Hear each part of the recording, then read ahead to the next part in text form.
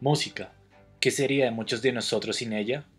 Es fácil encontrarla en la mayor cantidad de actividades y labores del día, al despertar, de camino al estudio o al trabajo, en nuestro tiempo libre. Incluso, el entorno está contagiado con su agradable compañía, en supermercados, restaurantes, bares y gimnasios. De la misma forma, no muchos ignoran los beneficios que ésta nos aporta, desde mejoras en el aprendizaje, la memoria, la concentración y la atención plena. Reduce la ansiedad, la presión sanguínea y el dolor.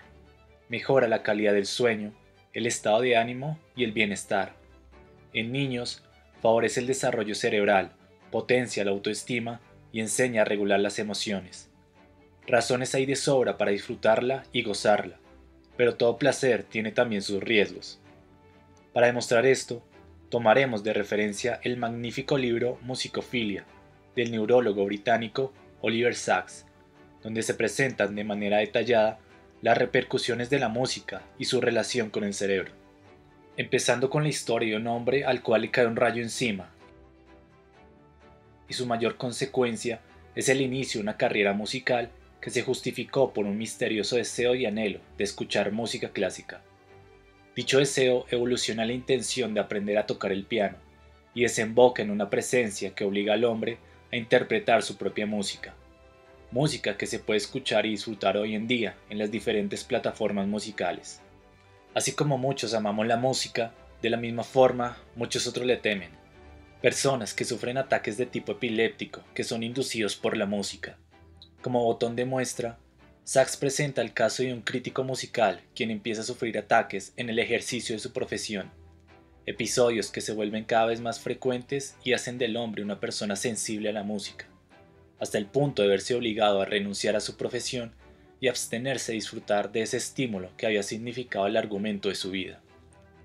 Otros, más afortunados, tienen la gran habilidad de imaginar la música en su cabeza con tal fidelidad que pareciera que la escuchan realmente. Esto es lo que Sachs llama imaginaría musical. Pero, ¿qué pasa cuando esta imaginación se vuelve intrusiva, involuntaria e incómoda?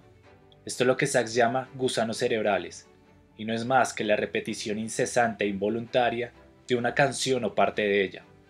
Para Sachs, esta experiencia, lejos de ser disfrutable, puede tener una esperanza de vida de varias horas a días. Aún así, esto no significa que desaparezcan definitivamente después de ser padecidos.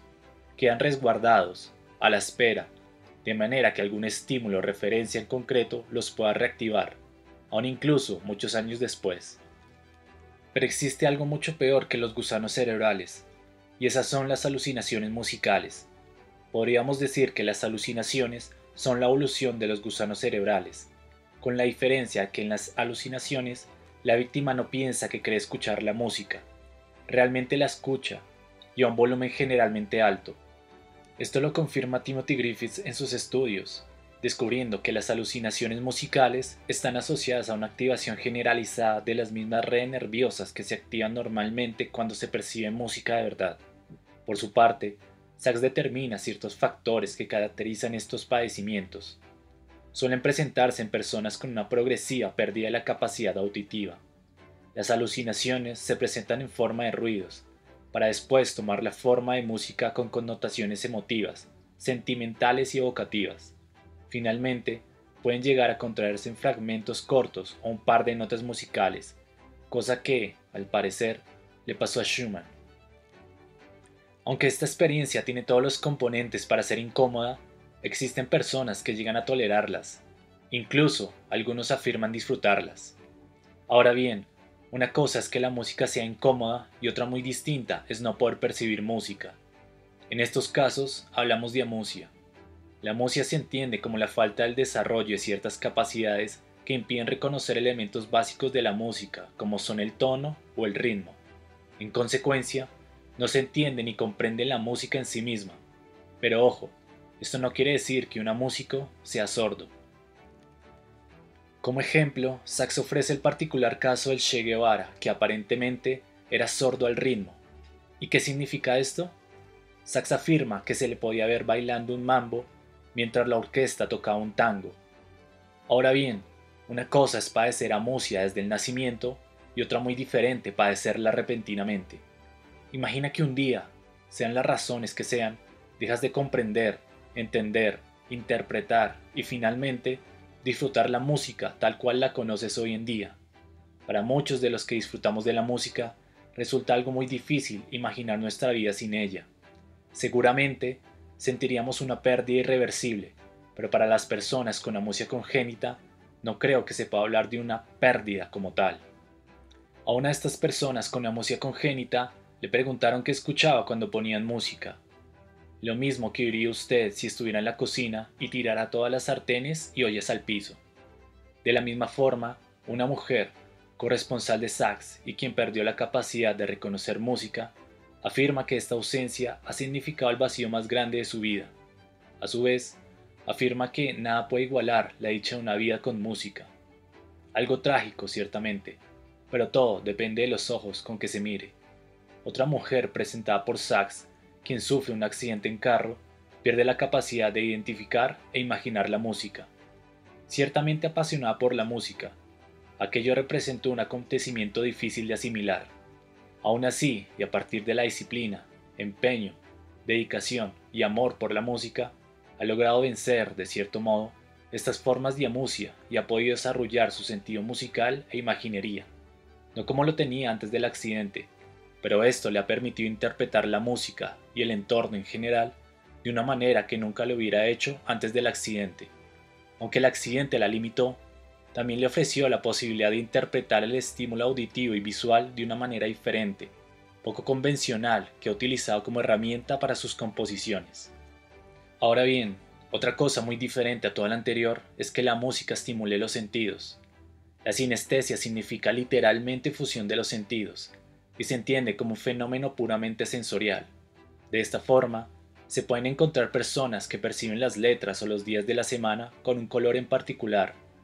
Otros pueden percibir que cada color tiene su olor, o cada intervalo musical su propio sabor.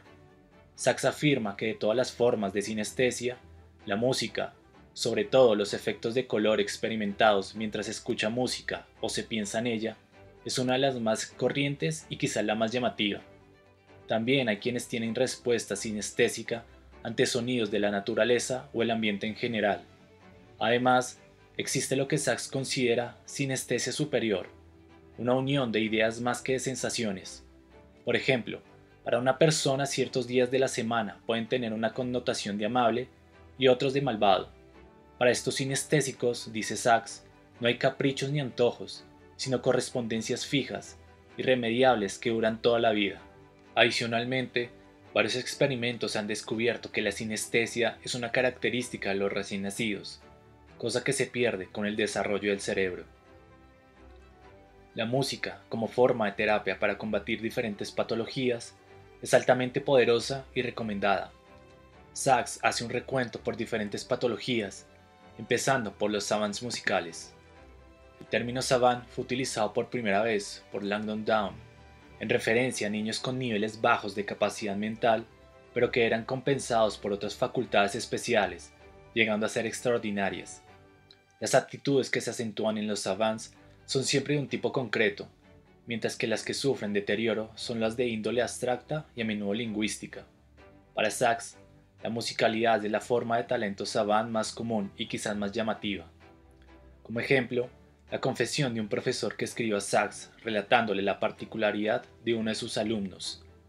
Es incapaz de atarse los zapatos, no sabe sumar 2 y 2, pero puede tocar un movimiento de una sinfonía de Beethoven y transponerla a cualquier clave. En personas con trastornos del habla o pérdida total de la misma, lo que se entiende como afasia, la terapia musical es altamente efectiva, incluso mostrando mejores resultados que la terapia del habla. Una de estas formas de terapia musical es la terapia entonación melódica, que consiste en enseñar a los pacientes a cantar o entonar frases melódicas. Progresivamente, se eliminan los elementos musicales de la frase, hasta que el paciente llega a hablar sin necesidad de la entonación. En personas con síndrome de Tourette, la música puede ayudar a calmar los tics y los movimientos repetitivos e incesantes, como a la vez puede exacerbarlos o estimularlos. La paradoja de la música en pacientes con Tourette se ve reflejada en las descripciones que Sachs ofrece en su libro. Mientras cierta música puede provocar una exacerbación de los movimientos exagerado y agónico, en otras, específicamente la interpretación de la música, reduce los tics de manera sorprendente. Otra estrategia que la música promueve para los pacientes con Tourette es de carácter social, ya que, a partir de ella, estas personas logran reconectar con el mundo que los rodea, incluso encontrar similares y no sentirse totalmente excluidos a causa de sus tics y movimientos. Con pacientes que padecen la enfermedad de Parkinson, la música promueve la acción, el movimiento y la fluidez. Personas que eran incapaces de articular un par de sílabas lograban cantar de manera fluida, alegre y feliz. Otros que se negaban a dar un paso, con música era relativamente fácil sacarlos a bailar. Adicionalmente, Sachs menciona que es común hablar de un estancamiento en el Parkinson que limita el movimiento. Los pacientes siempre se quedan atascados o paralizados, y solo pueden salir de ese estado con la ayuda de un estímulo externo. Muchos pacientes pueden activarse lanzándoles una pelota, pero una vez la recibían y la volvían a lanzar, volvían a su atasco. De esta manera, era necesario un estímulo que perdurara en el tiempo, y lo más eficaz en esas circunstancias era la música. Aún así, existe otra alternativa que al parecer tiene más beneficios e iguales resultados que la música en sí misma, y es el baile. Dado que el baile es una actividad que implica el desarrollo de habilidades propias del movimiento, cosa que es limitada en la enfermedad, esta práctica ofrece beneficios que no solo ayudan a sacar de ese estancamiento, sino que favorecen el equilibrio, la coordinación y otros elementos que el Parkinson limita y deteriora. Finalmente, hablamos del síndrome de Williams, que produce una extraña mezcla de aptitudes y déficits intelectuales. La mayoría de estas personas poseen un coeficiente intelectual inferior a 60. Este síndrome se caracteriza por presentar defectos en el corazón y en los vasos sanguíneos, además de una conformación facial poco habitual. Curiosamente, las personas que padecen este síndrome suelen ser muy cordiales, curiosas, sociables y extraordinariamente amigables. Sachs informa que el síndrome de Williams es poco común, afectando a un niño cada 10.000. Como botón de muestra, Sachs comparte el caso de Gloria Lenoff, una joven con síndrome de Williams que aprendió a cantar hasta en 30 idiomas, llegando a convertirse en una cantante de ópera profesional. Otro caso similar es el de Tim Bailey, que desarrolló sus capacidades musicales para convertirse en pianista. En 1994, Gloria y Tim se unieron con otros 3 músicos con Williams y conformaron los Williams Five. Este talento musical llamó la atención de 2 investigadores, quienes desarrollaron un estudio relacionado con el síndrome y la música, donde afirman que los individuos con síndrome de Williams poseen una implicación musical y una musicalidad muy superiores a las personas normales y comunes. Además, confirman que los individuos con el síndrome de Williams procesan la música de manera muy diferente a los demás. Utilizan un grupo mucho más amplio de estructuras neurales para percibir la música y responder a ella. El video de hoy no es más que un botón de muestra de la gran cantidad de curiosidades que tiene este libro para ofrecernos, y que sirve también de aliciente para su lectura.